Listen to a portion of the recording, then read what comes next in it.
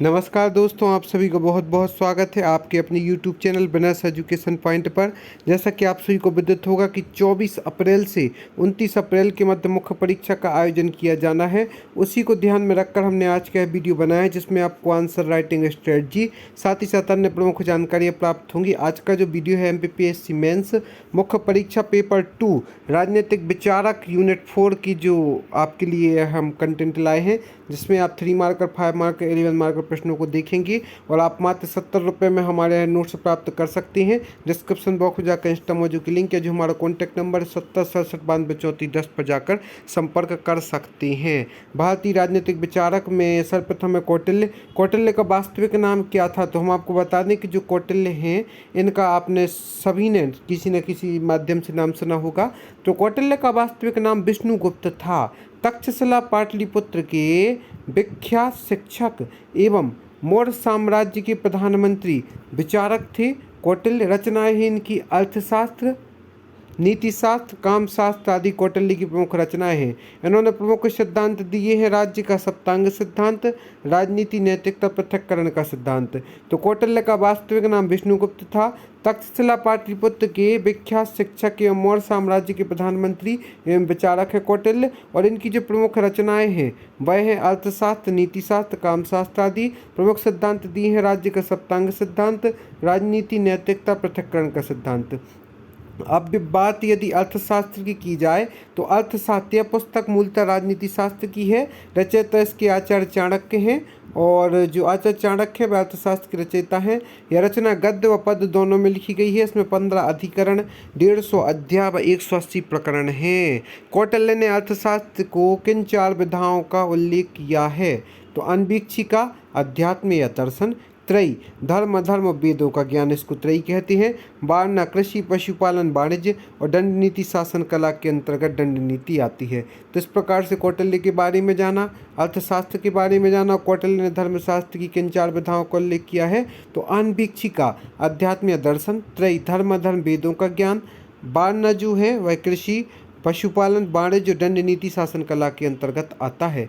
इसके बाद जो हम आपको बताएंगे प्रमुख रूप से, जो कि आपके लिए बहुत ही उपयोगी कंटेंट है, वह है कि महात्मा गांधी जी का जीवन परिचय। तो आपको पता होगा कि इनका जो जन्म है 2 अक्टूबर को हुआ था, इसलिए 2 अक्टूबर को गांधी जयंती मनाई जाती है। 2 अक्टूबर 1869 को महात्मा गांधी जी का जन्म हुआ था गुजरात के पोरबंदर में। इनका वास्तविक नाम मोहनदास करमचंद गांधी है। इनकी पुस्तकें व रचनाएं हिंदी स्वराज, माई एक्सपेरिमेंट या विथ ट्रुथ और उल्लेखनीय कार्य चंपारण सत्याग्रह, खेड़ा सत्याग्रह, पूना पैकेट, असहयोग आंदोलन, भारत की आज़ादी के आंदोलन में इनकी जो भूमिका है वह प्रमुख रूप से उल्लेखनीय है। और इसके बाद में इसमें गांधी जी की आत्मकथा का नाम the story of my experiments with truth, मतलब सत्य के साथ मेरे प्रयोग, मूल रूप से गुजराती भाषा में लिखी गई है। तो यह गांधी जी की प्रमुख आत्मकथा है। इसके बाद गांधी जी के अनुसार धर्म क्या है, तो गांधी जी कहते थे धर्म कर्तव्य है। इनकी धार्मिक विचारधारा व्यापक और व्यवहारिक थी। धर्म एक अच्छे जीवन का नियम तथा सामाजिक संबंधों में स्थिरता प्रदान करने वाला तत्व है। जो धर्म है एक अच्छे जीवन का नियम तथा सामाजिक संबंधों में स्थिरता प्रदान करने वाला तत्व है। धर्म का परम उद्देश्य व्यक्तिगत हित और सामाजिक हित है। इन्होंने जो मतलब कहा है कि धर्म ही कर्तव्य है, इसके लिए इन्होंने प्रोत्साहन दिया है। गांधी जी के नैतिक एवं सामाजिक विचार कौन कौन से हैं, इस पर भी हम चर्चा करेंगे। महात्मा गांधी चिंतन और व्यवहार के हर क्षेत्र में धनी थे। प्रमुख विचार थे उनकी अहिंसा, वह अहिंसा को प्रोत्साहन देते थे। किसी भी जीव की हिंसा को वह टालने का और लोगों से कहते थे कि जितना हिंसा का हो उतना पालन करें। सत्याग्रह इनके जीवन में प्रमुख रहा। इन्होंने चंपारण, असहयोग प्रमुख सत्याग्रह एवं आंदोलनों में भाग लिया। आज यह भारत देश आज़ाद है तो यह गांधी जी की ही प्रयासों का परिणाम है कि आज हम स्वतंत्रता पूर्वक निर्वहन कर रहे हैं। आत्मनियंत्रण को भी इनके प्रमुख विचार के अंतर्गत है। आत्मशुद्धि पर भी इन्होंने बल दिया है। आत्मसंयम, महिलाओं को समान अधिकार का प्रोत्साहन देते हुए इन्होंने महिला सशक्तिकरण को भी प्रोत्साहन दिया है। और साथ ही साथ वर्ण व्यवस्था जैसी कि डिवाइडेड थी उसमें सुधार करने के लिए भी इन्होंने प्रयास किए हैं। सांप्रदायिक एकता, इन्होंने कहा है सभी धर्म के व्यक्ति आखिर में एक ही हैं, तो इसने सब प्रकार से एक मिलकर रहना चाहिए। इसके बाद पंडित दीनदयाल उपाध्याय कौन थे? तो भारतीय राजनीतिक एवं विचारक है पंडित दीनदयाल उपाध्याय। एकात्मवाद दर्शन इनके द्वारा दिया गया है पंडित दीनदयाल उपाध्याय के द्वारा। पत्रिकाएं हैं इनकी राष्ट्र धर्म, पांच जन्य, स्वदेश आदि प्रमुख पत्रिकाएं हैं पंडित दीनदयाल उपाध्याय जी की। इनकी जयंती जो है अंत्योदय दिवस के रूप में मनाई जाती है। तो पंडित दीनदयाल उपाध्याय जी की जो जयंती है वह अंत्योदय दिवस के रूप में मनाई जाती है। और पत्रिकाएं हैं राष्ट्र धर्म, पांच जन्य, स्वदेश आदि। और एकात्मवाद दर्शन दिया है इन्होंने पंडित दीनदयाल उपाध्याय जी ने। भारतीय राजनीतिक एवं विचारक भी हैं पंडित दीनदयाल उपाध्याय जी।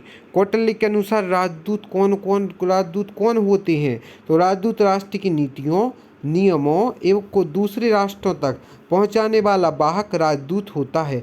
कौटिल्य ने 3 प्रकार के राजदूत बताए हैं: निष्पक्षार्थ, परिमितार्थ एवं शासनहार। तो इस प्रकार से निष्पक्षार्थ, परिमितार्थ एवं शासनहार 3 प्रकार से कौटिल्य के अनुसार राजदूत बनाए गए हैं।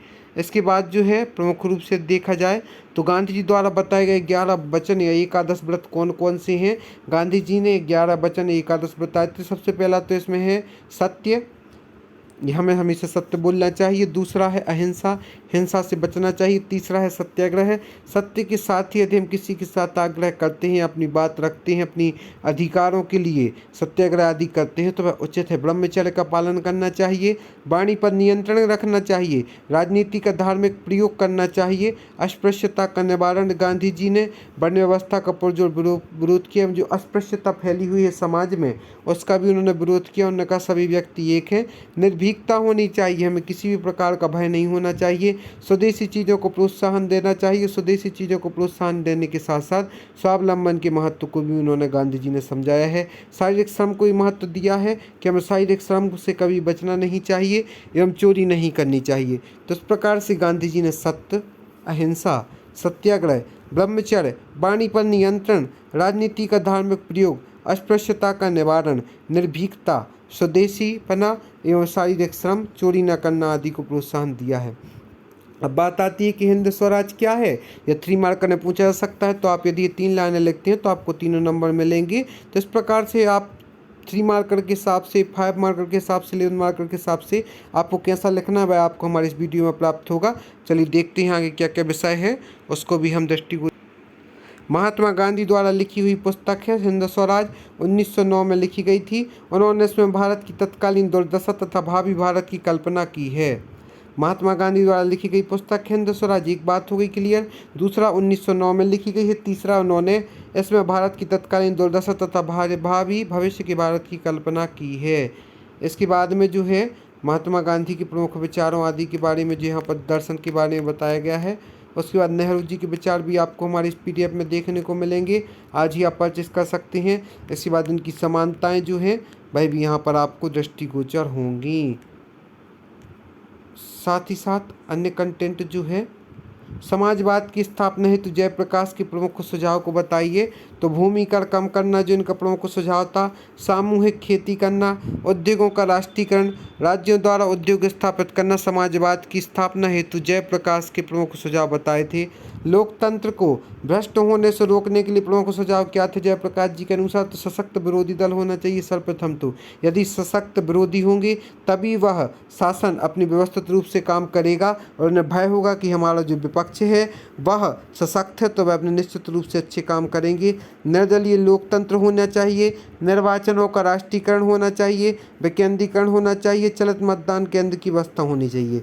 सबसे पहले तो होना चाहिए सशक्त विरोधी दल। दूसरा निर्वाचनों का राष्ट्रीयकरण। तीसरा विकेंद्रीकरण। चौथा चलित मतदान केंद्र की व्यवस्था हो। पांचवा निर्दलीय लोकतंत्र हो। आप सभी का बहुत बहुत धन्यवाद दोस्तों हमारे इस वीडियो को देखने के लिए। हम आशा करते हैं आगे भी आप हमारे साथ यहीं बने रहेंगे और जुड़े रहे। और जहाँ जहाँ भी आपको हमारे मार्गदर्शन की आवश्यकता होगी वहाँ हमारा चैनल हर समय आपके साथ है। और आपके सभी के लिए मुख्य परीक्षा के लिए बहुत बहुत बेस्ट ऑफ लक। आप सभी का पेपर अच्छा जाए और मनचाही सफलता को आप सभी प्राप्त करें।